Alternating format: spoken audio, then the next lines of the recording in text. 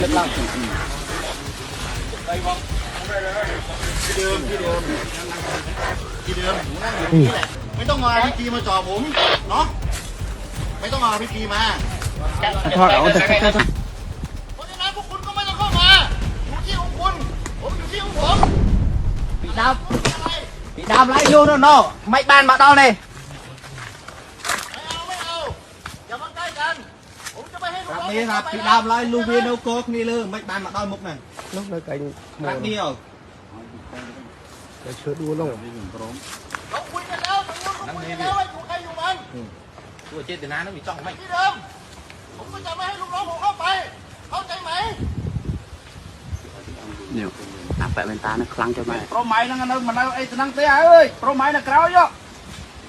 ไอ้ห่วงไอ้ตะนั่งไอ้มันต้องนั่งไงนะไอ้มันต้องนั่งไงผมไม่อยากทำร้ายพวกคุณจังมาเย้งนี่มุกเอามากลางไอ้มันชอบตัวเนี้ยเนี่ยต้นมุกเนี่ยผมไม่อยากมีปัญหาผมไอ้มันต้องนั่งไงที่เดิม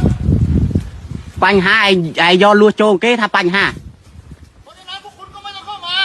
อยู่ที่ของคุณผมอยู่ที่ของผมใจมาใจมุกเนี่ยเมาต้นมุกเนี่ยมันส่วนใจเนี่ย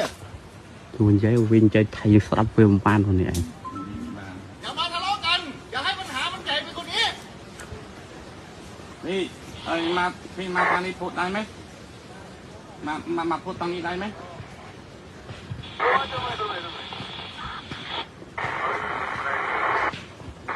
เบียเห็นมาเลยเบียเห็นมาเบียนเอาคงเล่นไทยจริงต้มมุกวิว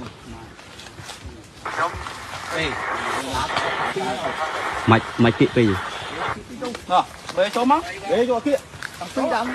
tập trung với lực bê lực lăng bê lực lăng bê lực lăngที่เดิมเรื่องมันต้นไม่มีใครยุ่งกันกันมาที่เดิมเนาะเข้าใจไหมพี่ไม่ต้องเอาคนเข้ามาแล้วไม่ทำอะไรแล้วพี่เอาไอเวียเยอะเรื่องนี้จะเป็นอย่าให้เข้ามาใกล้ลวดหนามที่เดิมคนอยู่ที่เดิมนะพี่เอาคนรันของพี่ออกไปไม่ต้องมาพี่กีมาจ่อผมเนาะไม่ต้องมาพี่กีมาต้องคุยคนเราคุยกันตรงนู้นแล้วรอบนึงนะพี่ผมบ